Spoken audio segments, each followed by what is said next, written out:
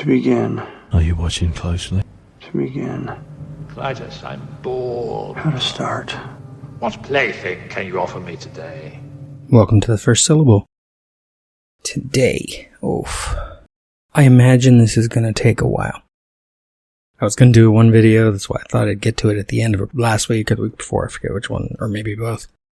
And I said to get to the character breakdowns from death. I feel like I have to go do it in 3 parts, probably, because I think they might get a little wordy. Spoilers. There will be spoilers. There has to be spoilers. This is me thinking through which characters can be removed, because the problems currently with death. It's 137 pages? It was written basically in 3 weeks, and most of it, was written in that last week, and then over the course of 3 days. That part would have even been faster, but I was going back and adding some bits of dialogue earlier on and finding scenes where I could reference things ahead of time and set some stuff up. Like just the fact that a jacket was left on a post, I needed to make sure the jacket was there later. Or no, I needed the jacket to be available, so I had to have him put it on a post, or something like that. Things like that. So, spoilers. Big spoilers. I've already referenced the premise and the twist. So, spoilers for the twist. This episode is primarily meant to be listened way before this thing is a movie, or after. This is for the movie that doesn't exist and may never exist. Who knows? Or maybe it's just an exercise in writing and this thing never becomes anything. So, Part 1, 1985. Our characters. Susie. Susan DeFore. Our seemingly responsible girl, her breakup with her boyfriend, Thomas More, who will eventually have a daughter, Polly, because she told him she wasn't ready for sex, is the reason for this weekend away. She drives her parents' station wagon. Parents died several months ago, but it's still fresh, and has to bring along her little brother, Marty. She's not excited to hear that Frenchie has invited Ed and Ringo, and maybe more athletes, so the audience will think Will and Henry are there for the same weekend. But after seeming like the final girl, she will warm to Ed after she sees him being friendly with Marty. Yeah, they were potentially going to have sex and rule her out as final girl, as it were. They don't get that far. Wikipedia in 2013 lists her as one of the victims, and after she has sex with Ed, that seems likely.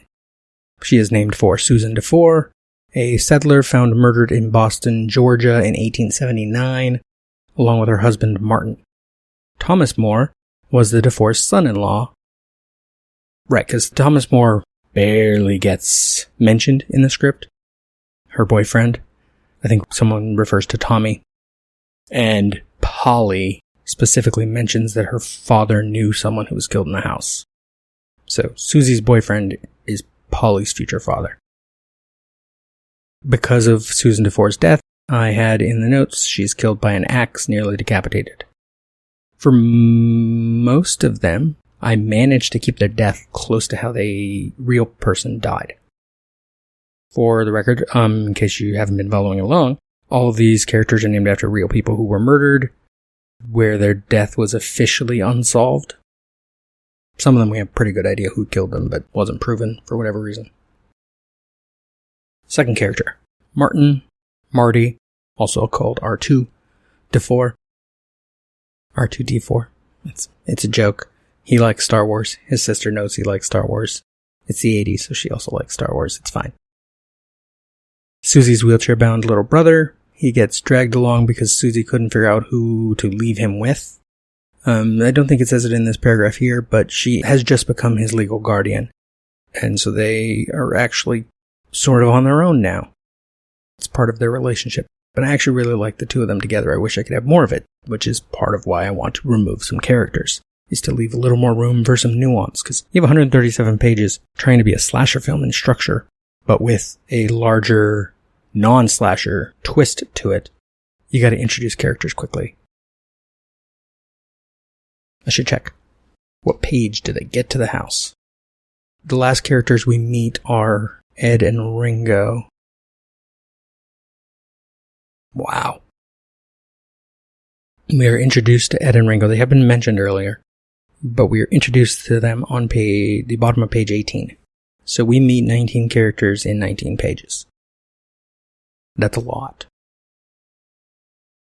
So if I can combine some, remove some entirely, I want to, because it leaves room for some more character moments, some more beats of conversation that we don't get and should have gotten.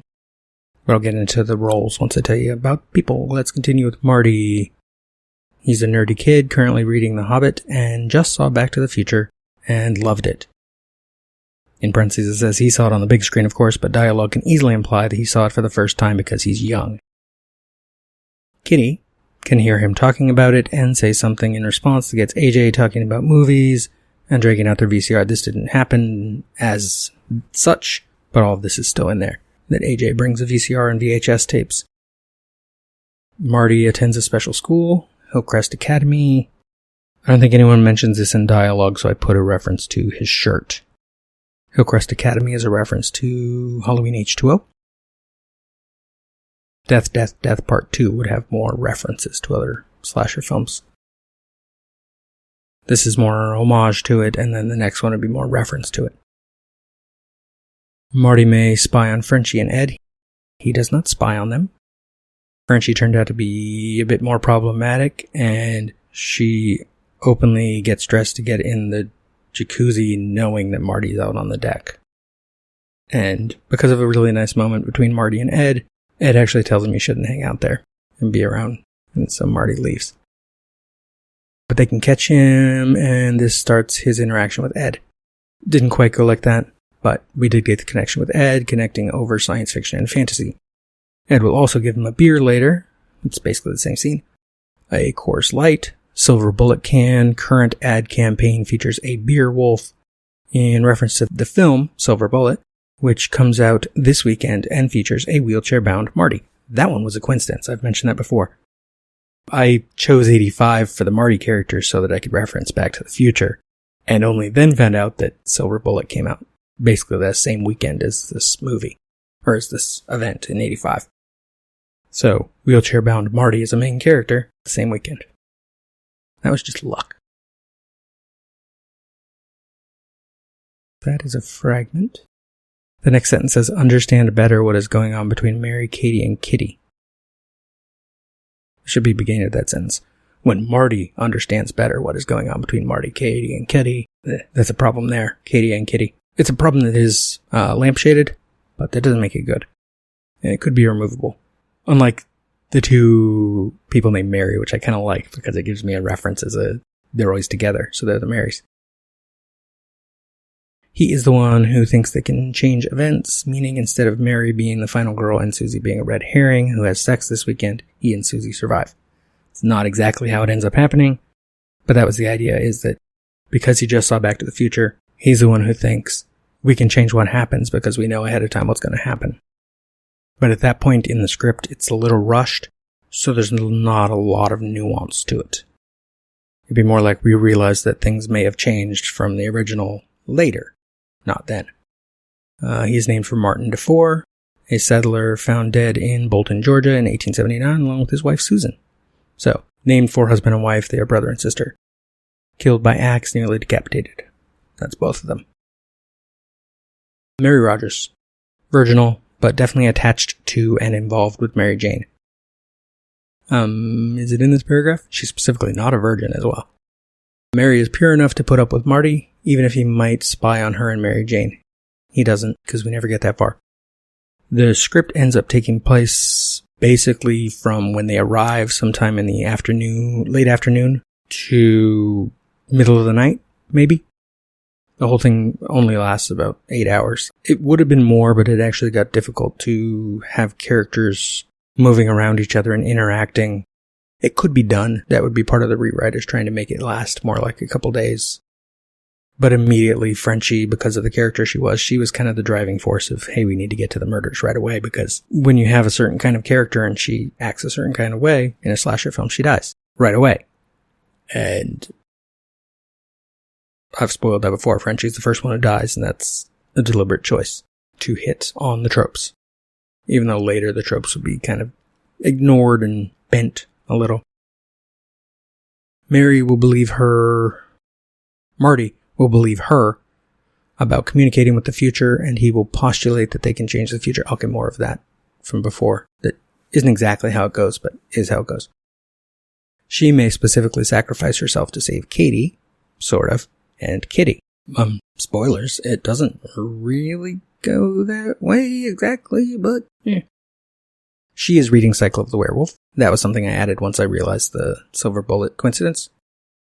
And will tell him that the hero's name is Marty. Does she ever tell him that? Huh. I don't remember if that happened in dialogue. Hold on, I have the script open, I can check.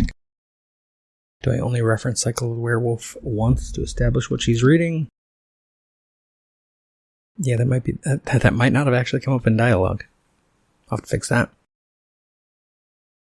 She and Mary Jane will sit together by the fireplace reading, maybe getting into some innocent footsie that may lead to more.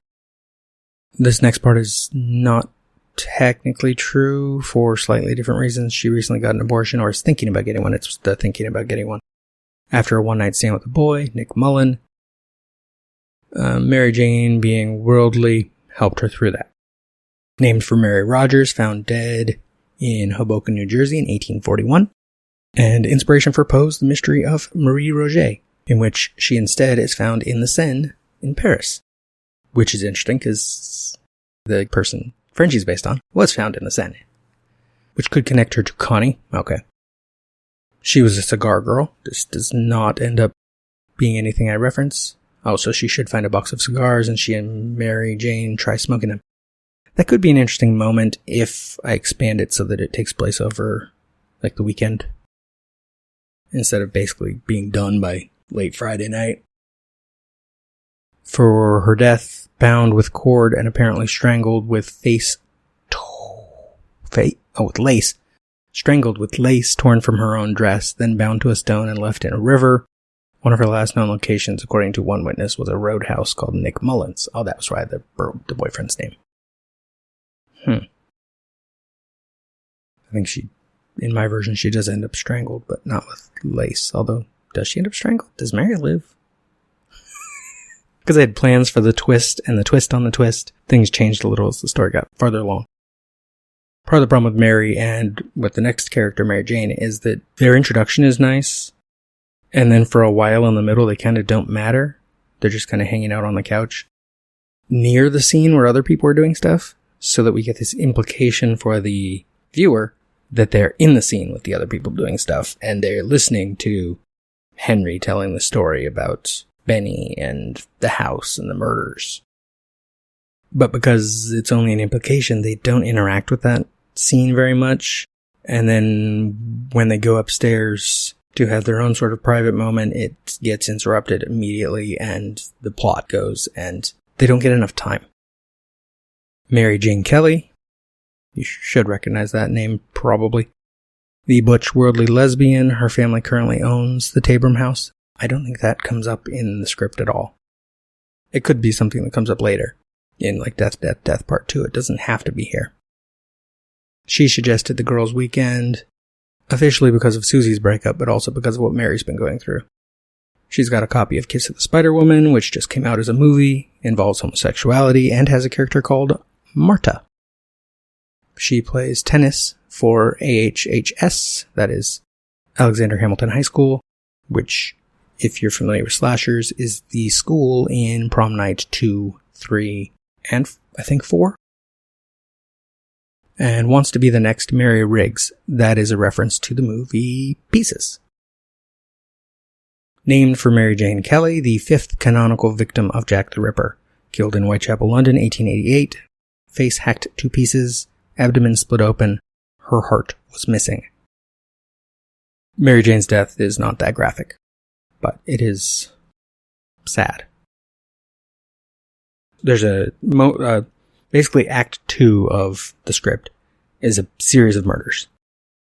Hers is the last one of that group, so that we get a lingering death into Act 3 to give it an emotional beat to the deaths. Because people haven't really been able to react to a lot of the deaths and might not even know most of the characters are dead yet. Constance, Connie, Frenchie, de la Seine. Exchange student, hypersexualized, involved with quarterback Asmund Azzy Layardal, who isn't even in this story. Even though she is new to the school, she has involved with quarterback even though she is new to the school. She has invited Ed and Ringo, new to the school, which is interesting because aside from there being a quarterback and athletes, I don't think they mention the school. The Letterman jackets are in there, so we will get some sort of reference to the name of the school, and it will be more important in Death, Part 2 maybe, or reference more specifically. She has invited Ed and Ringo, and maybe others, including Azzy, although Azzy is not in the story, because Azzy didn't die. We'll see in a moment from who she's named after.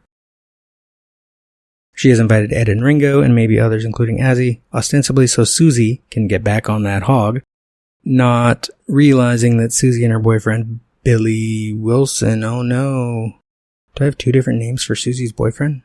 I'll keep Thomas More because that gives me a reference to the other thing. I should actually put a slash through that in the file, because that is not his name. We're not having sex. Yeah, so she's invited them so Susie could have sex. She thinks she just broke up with her boyfriend and needs to have a rebound. I don't even think she says that about Susie. She does say that the next thing, Frenchie will also suggest that the Marys could use, how you say, a ride too. She does suggest the Marys could use a ride because she sees that they're kind of insightful, sees that they're lesbians. Or, I guess in Mary Rogers' case, bi. But it's the 80s, so they're not referencing it that way. She's named for Inconnue de la Seine, an unnamed woman found dead in Paris in the 1880s, and the basis for the CPR dummy, Resusci Anne, made by Asmund Layardal, hence why I named her boyfriend quarterback after the guy who made the dummy. So if you've seen CPR dummies, it's her face. But no one knows her real name, so I named her L'Inconnue. Was close enough to Connie, so Connie, but they all just call her Frenchie. And her last name, de la Seine, isn't even referenced in the story, but would be on the Wikipedia stuff that we see briefly, part of it, and would come up in more detail in Death, Part 2. Edward Ed Nichols, football star, best friends with quarterback Azzy, arrives in his van with Ringo. I don't think he arrives in a van, actually. I don't think we see their car. But that's a minor detail. Flirts with Frenchie and more so with Susie, because of Frenchie. So my idea up front was that Frenchie, despite being involved with the quarterback, really comes on to these two other football players, and Ed doesn't particularly like her. He's more interested in Susie. Whereas Ringo is more interested in Frenchie.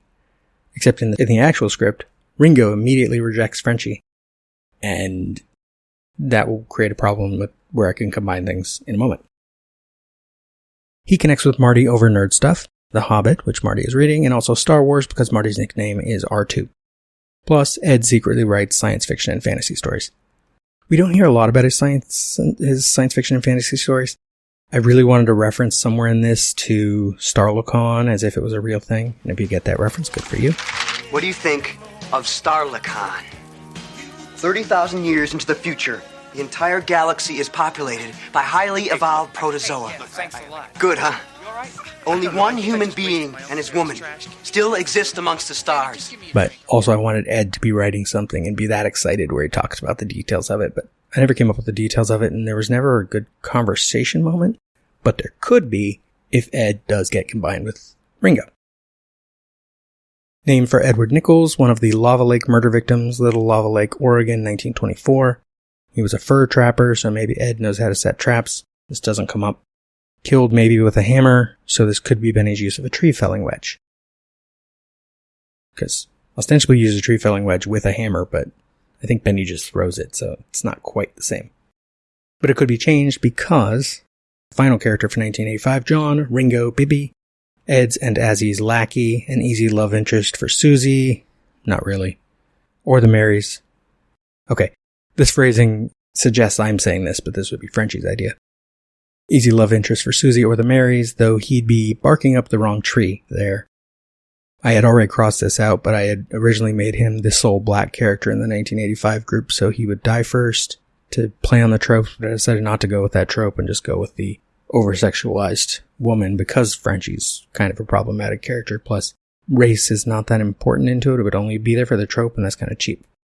Whereas Frenchie is a more involved character. Like, immediately I liked her because she's a problem, and she's knows exactly who she is and what to say to people to get under their skin. But it says he's a sole black character in the 1985 group, so he may die first, possibly while having sex or preparing to have sex with Frenchie. That is sort of how the situation gets Frenchie in a position where she dies first, but he's not there. So she dies, but he has already left and gone back inside. Named for both John Peter Ringo, found dead in 1882 in West Turkey Creek Valley, Arizona. Well, You might be familiar with that from Tombstone, for example. I didn't think you had it in you. I'm your huckleberry. Why, Johnny Ringo, you look like somebody just walked over your grave. And John Bibby, found dead in Kirkdale, England in 1840. Killed by a gunshot to the head, called a suicide. Maybe he gets his hands on a gun or brings one and in a struggle with Benny inadvertently shoots himself. That was for Ringo. For John Bibby, he was killed by... Oh yeah, I couldn't find good details on him. He was probably robbed, so killed with a gun or a knife, but weirdly details were scant. Notable detail for Bibby is he has a gold hunting watch, so there's a reference to hunting in the scene between Ringo and Marty. And he has a hunting watch. Or a watch. Weirdly, I was like, why do they call it a hunting watch? I thought that meant it was some sort of pocket watch, but no, it was a wristwatch. Even though it was in 1840. I didn't even know those existed in 1840.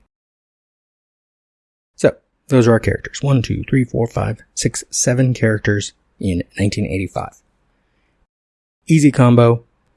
Because Ringo rejects Connie, and Ed was already set up to reject Connie, I can combine Ed and Ringo, especially because Ed has a connecting moment with Marty, and then later, just because Marty was an easy character to have leave other scenes, we get a connecting moment between Ringo and Marty. So if we combine Ed and Ringo, they just become John, Ringo, Bibby. No Edward Nichols in the story anymore. Fine. So that means John, or Ringo, would now be the guy who Frenchie comes on to. He rejects her. I would have more room for dialogue in that scene probably, so he might specifically reject her because he knows she's got a boyfriend. He thought they were just gonna hang out in the jacuzzi, but she comes on to him a little too much. We don't get a lot of detail to that scene. We see him getting mad and walking back inside. But then he could be the one who likes Susie. That being said, I don't know if Susie exists. I think she needs to be named Susie, so maybe there's no Marys anymore. So probably what happens is Mary Rogers, because Mary Jane Kelly is such a well-known name, I'd probably get rid of that name. And Susie would now take the place of Mary Rogers. She would be just broke up with her boyfriend, Thomas More, possibly pregnant, and thinking about getting an abortion, and she is sort of hooking up with Mary Rogers, who is now the butch lesbian instead of the virginal, like, lipstick lesbian, as it were. If they even still use that term. And then maybe the cigar thing could still happen, because there'd be more nuance, because then we're cutting out two characters entirely, because the sadness of Mary Jane's death relies on Mary Rogers being important. If it's Susie, that still works. All we lose is Frenchie being able to call them the Marys, which is amusing, but is not necessary. We keep Connie, we keep Ringo, we only have one Mary, and then we keep Susie and Marty as well. And since she called Marty R2, we don't have as much confusion about names, that there's a Marty and a Mary Jane, all in the same bit. Yeah, I think that makes sense. So we've cut two characters out entirely, which gives us a little more space. Ringo's conversation with Marty is then a continuation of Ed's, which makes it more interesting. I just have to figure out then the timing for when Ringo finds Susie in the den and they go for a walk. Because I think, as it was, they were already in the scene together, and then Marty goes into the kitchen because he doesn't want to spy on them. But maybe they aren't in the scene together, so Marty goes in the kitchen, Ringo and Marty have a second moment together, and then Ringo goes looking for Susie. Yeah.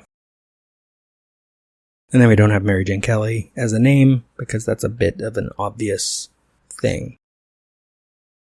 Yeah. I think that works.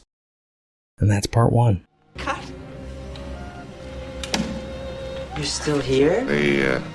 It's over. Stuff that dreams are made of. It's a passport Go home. to another world. Go.